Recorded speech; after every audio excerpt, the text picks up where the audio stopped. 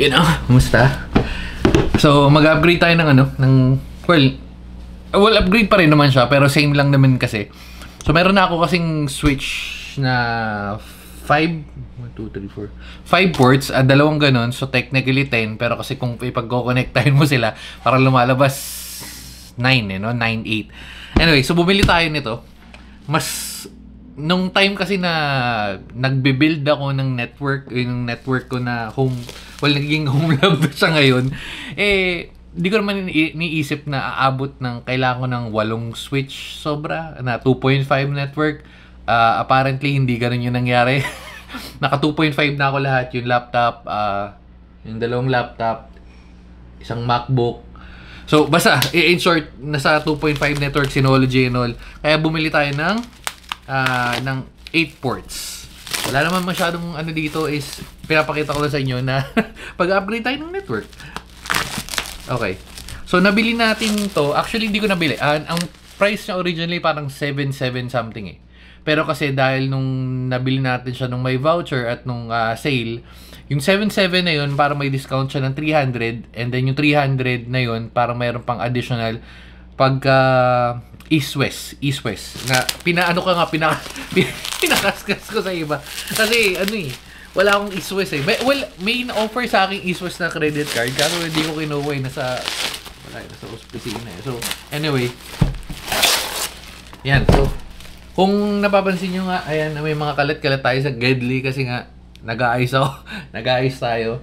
Nire-ready ko na mamaya, pagkatapos nito, magbe-build na ako, tatanggalin ko ito, pagpapalitan ko. Actually, sisingit natin yung, ito, yan. Ayan yung current setup natin.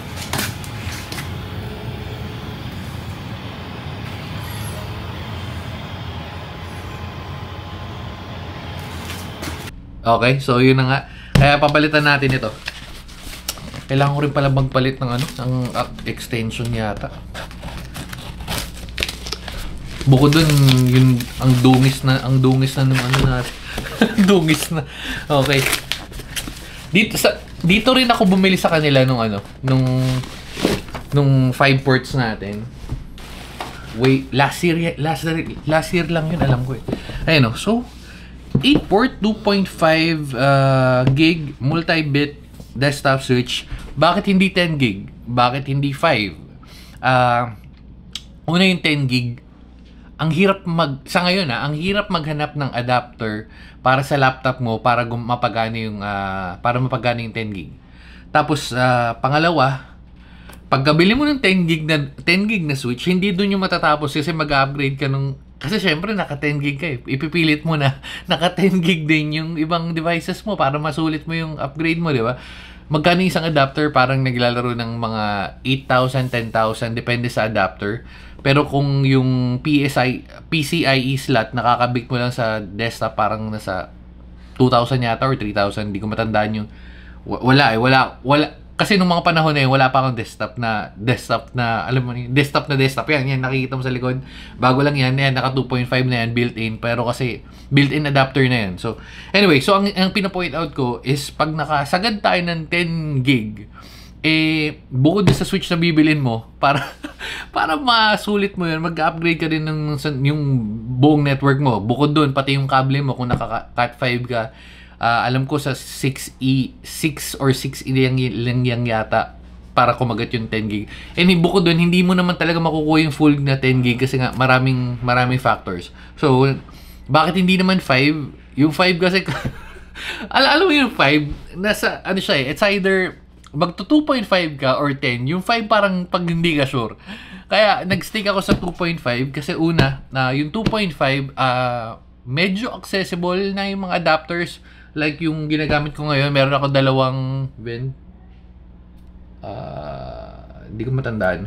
Meron ako dalawang Akasis yata. Akasis, isang Ugreen na 2.5 adapter na gumagana, walang problema, 2.5, sobrang bilis ng transfer rate from Synology. Ayun yung NAS natin, yung storage natin.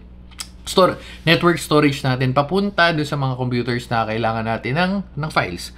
So, yun yung medyo story backstory nun, kaya hindi tayo nag 10 gig, hindi tayo nag 5. Anyway, so bubuksan na natin to. Actually unboxing lang naman to, sinama ko lang yung kwento na yun.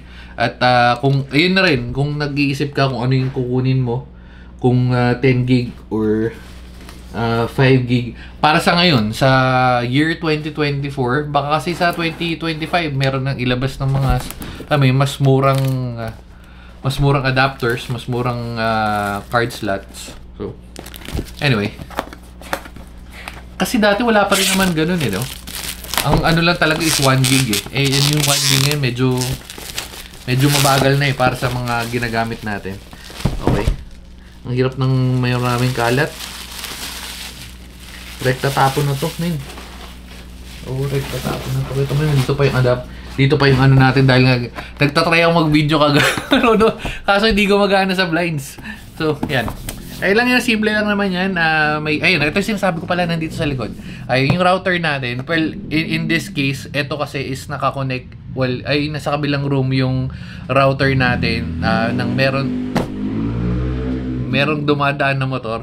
Sa kabilang room yung router natin, and then yung router natin papunta doon sa isang 2.5 na 5 ports na ganito rin na TP-Link, and then isang connection na naman from that room papunta dito yung 2.5. So, yun. Anyway, so ayan 2.5 NAS network, 2.5 gaming, tsaka yung access point pala.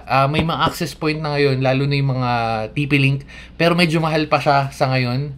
Siguro, ang mura parang yung 3 sets naglalaro ng ng 18 to 20,000, depende mo kung kailan nabili. Kaso hindi ako nakakuha nun kasi yung may nakita ko sa Shopee nung panahon na siguro mga 6 months ago. Ang ano kasi galing sa Korea, tinatanong ko kung ano difference, sabi wala. Kaso nag-search ako sa internet, parang yung mga bandwidth and all. So hindi ko tinuloy.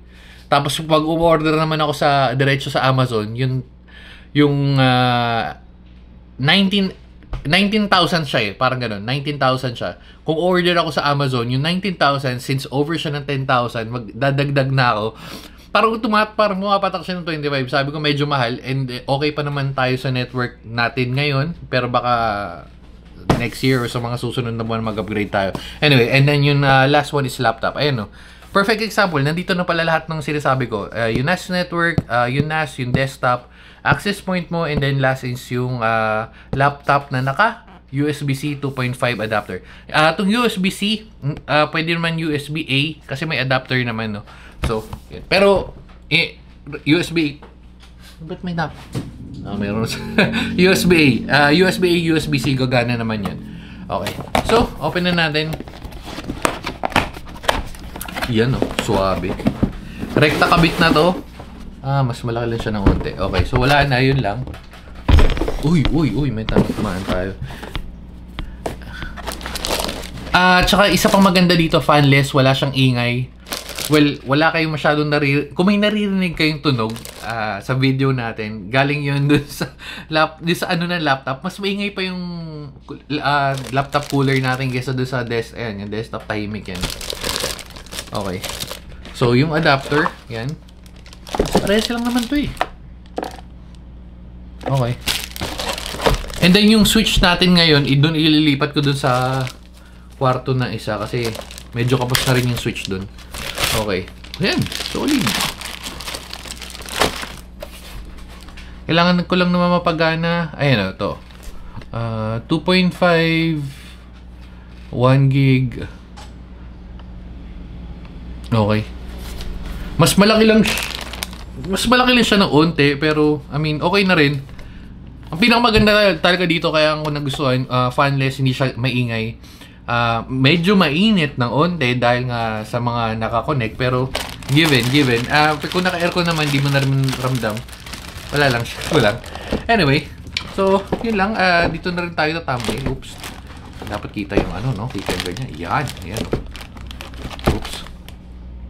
Thumbnail lang natin. Yeah. Okay. At dahil dyan, dito na natin tatapusin ang video. So, TP-Link 2.5 adapter. TP-Link na 2.5 switch. 8 ports. So kung kailangan mo ba nito, again, pag nagpalit ka ng switch para ma-maximize mo yung potential ng network mo, ito yung pinaka budget way for now. So yan. Okay, bye-bye guys. Babu. Medyo mainit pero mas mapansin na madami. Okay, so free tayo niya. Actually, parehas lang. Hindi lang difference, oh. Ito na yung binili ko dati.